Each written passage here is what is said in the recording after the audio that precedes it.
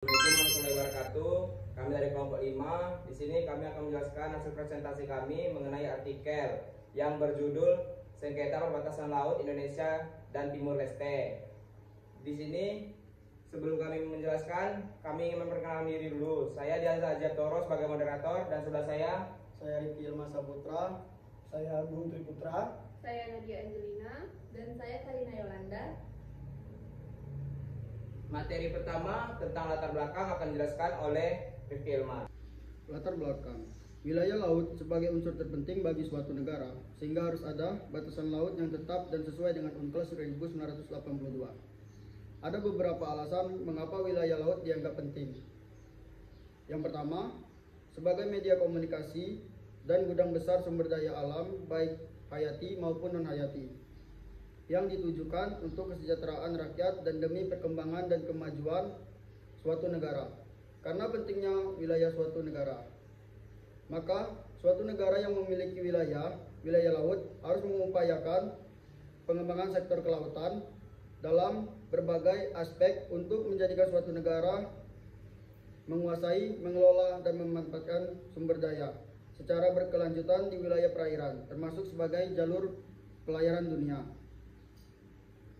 Hukum internasional telah memberikan kontribusi besar dalam menciptakan keadilan bagi setiap negara dengan mengatur secara internasional kegiatan pemanfaatan laut untuk mencegah eksploitasi sumber daya alam dan pengklaim batas laut wilayah secara berlebihan. Selain melakukan perjanjian internasional antar negara, berbagai upaya juga dilakukan dalam melaksanakan pemerataan, keadilan, dan pemanfaatan sumber daya alam, khususnya di kawasan dasar laut yang terletak di wilayah zona ekonomi eksklusif. Upaya tersebut melahirkan Konvensi Hukum Laut 1982. Konvensi inilah yang menjadi pelopor lahirnya hukum internasional yang membahas mengenai laut sampai saat ini. Pada tanggal 7 Desember 1975, Indonesia mengadakan operasi yang dikenal sebagai Operasi Seroja, yang dimana rencananya untuk melakukan penyerangan terhadap Timur Timur untuk menjadikan sebagai wilayah negara Kesatuan Republik Indonesia. Setelah 24 tahun Timur Timur menjadi bagian dari negara Republik Indonesia, kemudian Timur Leste memisahkan diri dari Indonesia pada tahun 1999 melalui referendum yang diadakan pada masa jabatan pemerintahan B.J. Habibie, di mana tujuan referendum tersebut menentukan apakah Timur Timur masih menjadi bagian NKRI atau dilepaskan untuk merdeka. Yang pada akhirnya mayoritas rakyat Timur Timur ingin merdeka dari Indonesia dikarenakan rakyat Timur Timur merasa pemerintah Indonesia telah melakukan tindakan yang semena-mena terhadap masyarakat Timur Timur.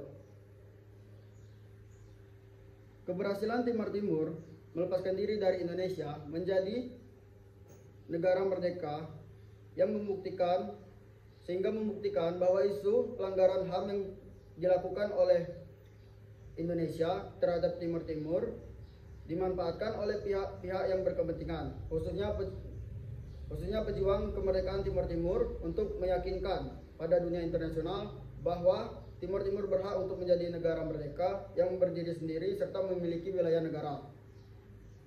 Keluarnya Timur Leste dari negara Indonesia menimbulkan masalah baru, khususnya dalam hal perbatasan wilayah laut antara negara Indonesia dan Timur Leste. Dikarenakan awalnya Timor Leste merupakan bagian dari negara Indonesia, sehingga klaim wilayah maritim secara sepihak yang dikeluarkan melalui Undang-Undang Batas Wilayah Maritim Timor Leste menjadi problematika perbatasan laut antara Timor Leste dan Indonesia, yang mana perluasan wilayah lautnya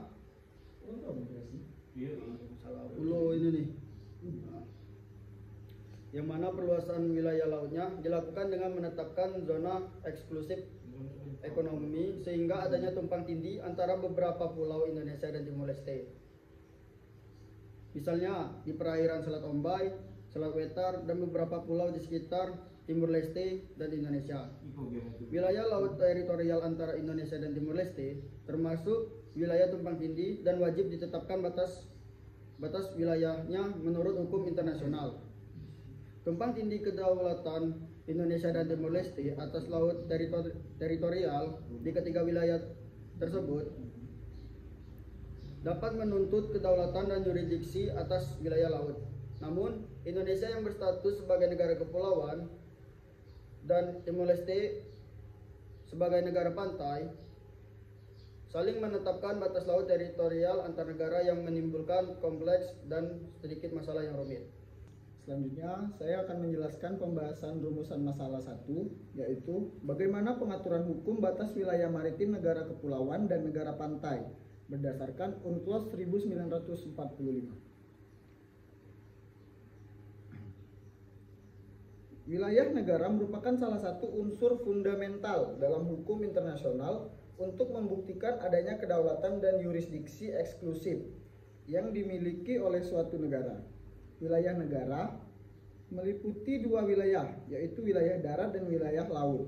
Masing-masing dari wilayah tersebut merupakan unsur penting bagi setiap negara, sehingga dibutuhkan adanya batasan wilayah, terutama wilayah laut. Perbatasan merupakan sebuah konsep yang sangat penting dalam hubungan antar negara dari sudut pandang perdamaian. Tanpa hubungan lintas batas yang saling dapat diterima, hubungan baik di antara negara yang bertetanggaan hampir tidak mungkin tercapai.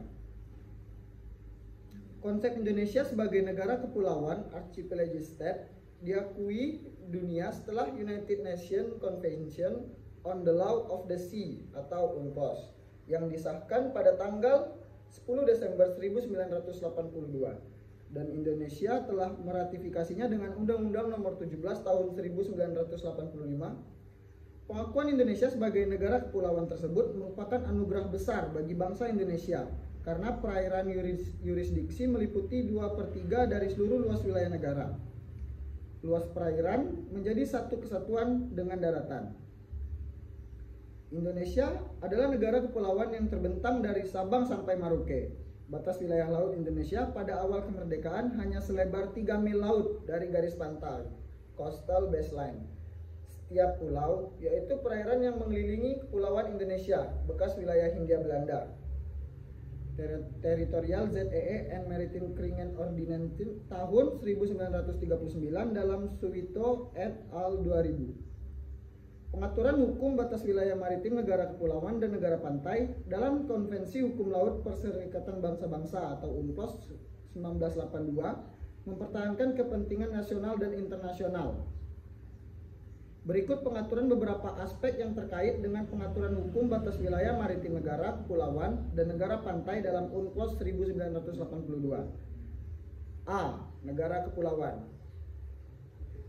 ZEE, negara kepulauan memiliki hak berdaulat dan yurisdiksi eksklusif di ZEE yang meliputi zona laut yang luas hingga 200 mil dari garis pangkal laut teritorial dalam ZEE.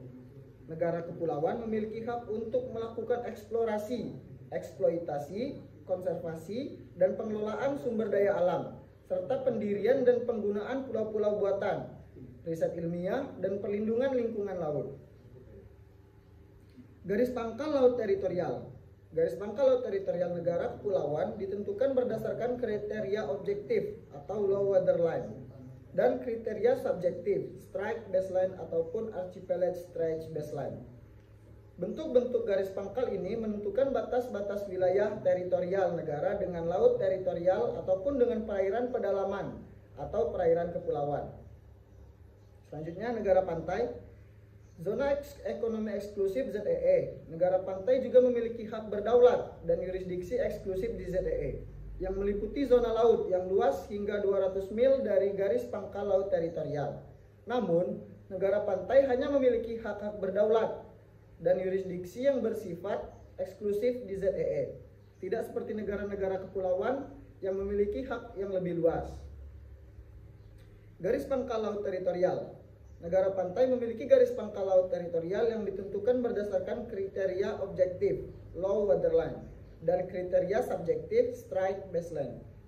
Garis pangkal ini menentukan batas-batas wilayah teritorial negara dengan laut teritorial ataupun dengan perairan pedalaman.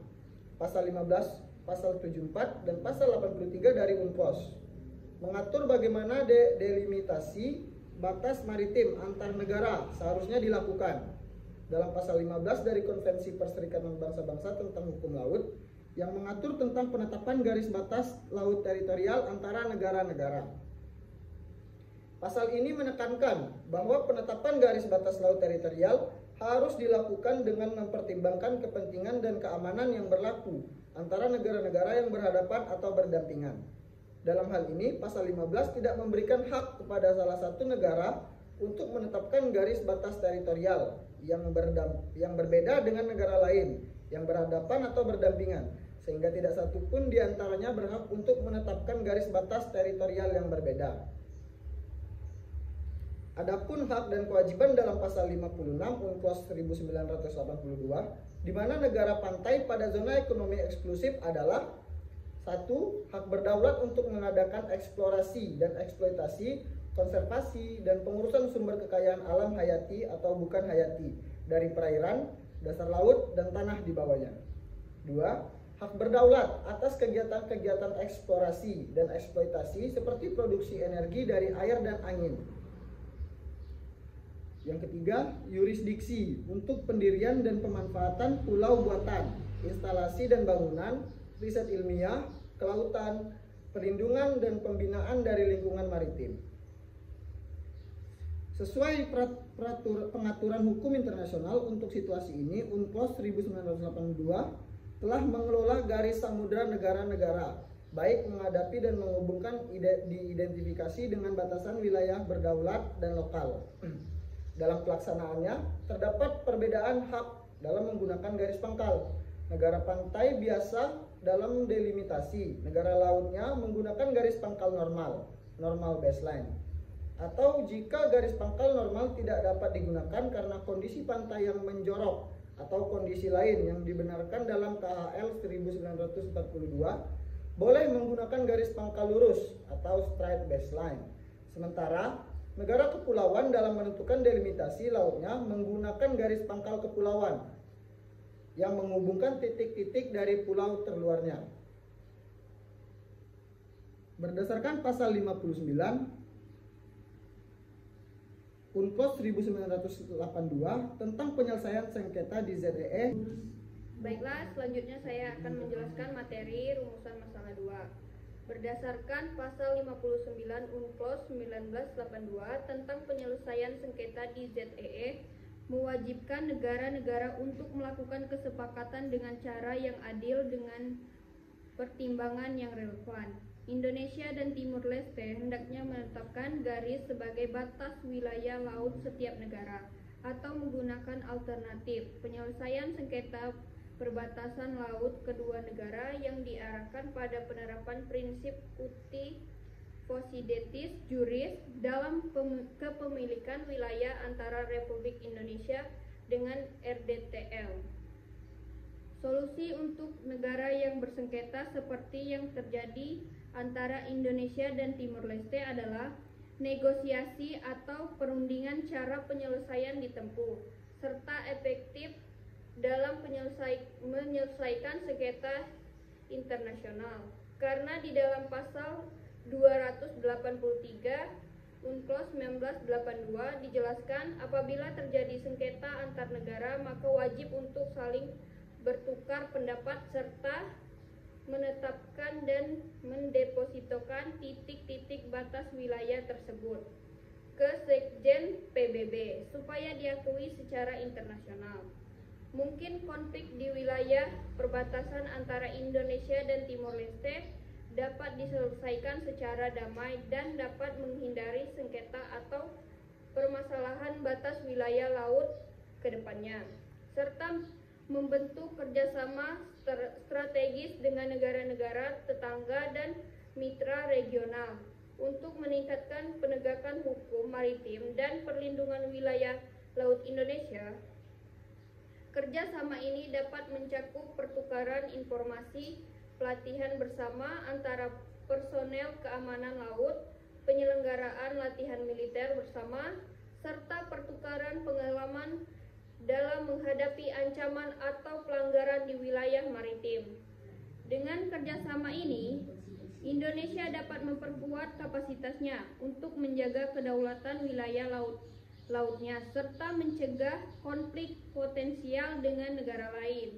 Penyelesaian melalui negosiasi terdiri dari 2 fase, yaitu fase pertama adalah pembicaraan untuk mengeksplorasi dan mengetahui posisi masing-masing negara atas klaimnya terhadap suatu wilayah tertentu.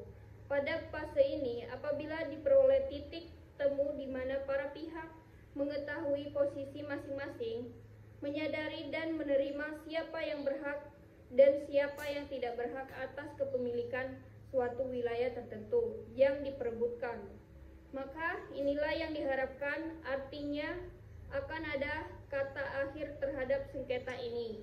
Fase kedua dalam penyelesaian damai adalah bagaimana kedua negara dapat menyepakati jalan keluar dari tumpang tindih atau overlapping atas wilayah diperebutkan.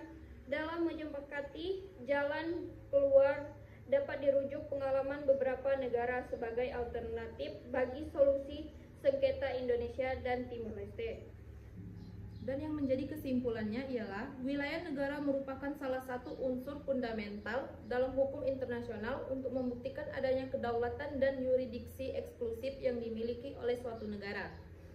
Wilayah negara meliputi 2 wilayah, yaitu wilayah darat dan wilayah laut. Masing-masing dari wilayah tersebut merupakan unsur penting bagi setiap negara, sehingga dibutuhkan adanya batasan wilayah, terutama wilayah laut. Pengaturan hukum mengenai batas wilayah maritim diatur dalam pasal 15, pasal 74, dan pasal 83 dari UNCLOS. Mengatur sebagaimana delimitasi batas maritim antar negara seharusnya dilakukan. Di dalam pasal 15 dari Konvensi Perserikatan Bangsa-Bangsa tentang Hukum Laut, UNCLOS 1982, yang mengatur tentang penetapan garis batas laut teritorial antara negara-negara. Pasal ini menekankan bahwa penetapan garis batas laut teritorial harus dilakukan dengan mempertimbangkan kepentingan dan keamanan yang berlaku antara negara-negara yang berhadapan atau berdampingan dengan batas laut yang sudah diatur dan ditetapkan di dalam UNCLOS 1982. Solusi untuk sengketa batas wilayah laut negara antara Indonesia dan Timur Leste yang dapat dilakukan yaitu berupa negosiasi atau perundingan. Dalam UNCLOS 1982 telah menjelaskan mengenai cara yang dapat ditempuh oleh suatu negara yang bersengketa mengenai batas wilayah laut. Tepatnya diatur dalam pasal 283 UNCLOS 1982. Salah satu bentuk negosiasi yang dapat dilakukan yaitu dengan membentuk kerjasama strategis dengan negara-negara tetangga dan mitra regional untuk meningkatkan penegakan hukum batas wilayah laut maritim. Dengan kerjasama ini, Indonesia dapat memperkuat kapasitasnya untuk menjaga kedaulatan dan keabsahan wilayah lautnya serta mencegah konflik potensi dengan negara lain. Adapun saran dari kelompok kami, yaitu pemerintah Indonesia dalam hal ini secepatnya mengadakan perjanjian batas maritim dengan Timur Leste agar Indonesia dapat melindungi perairan Indonesia dari hal seperti penangkapan ikan oleh nelayan dari Timur Leste dan melindungi perbatasan Indonesia yang merupakan kawasan strategis nasional. Dalam hal terjadinya sengketa batas wilayah negara, diharapkan negara-negara dapat mematuhi ketentuan hukum internasional dalam bentuk negosiasi sebagai salah satu bentuk penyelesaian secara damai. Hal ini penting disebabkan adanya berbagai perkembangan baru baik dalam dunia ilmu pengetahuan maupun teknologi